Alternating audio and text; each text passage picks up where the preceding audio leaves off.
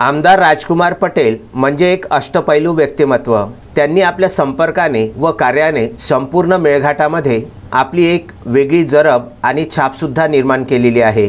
प्रहारचे संस्थापक बच्चू कडू यांच्याबद्दल आमदार रवी राणा यांनी लावलेले आरोप या संदर्भामध्ये सुमारे 2 ते 3 हजार मेळघाटवासी अमरावतीमध्ये दाखल होणार असे वृत्त विदर्भ न्यूजने प्रसारित केले होते। विदर्भ न्यूजसोबत बोलताना राजकुमार पटेल यांनी 2 ते 3 हजार मेळघाटवासी अमरावतीमध्ये दाखल होणार असून आमदार राणांना याचा जाब विचारला जाणार आहे असे सांगितले होते।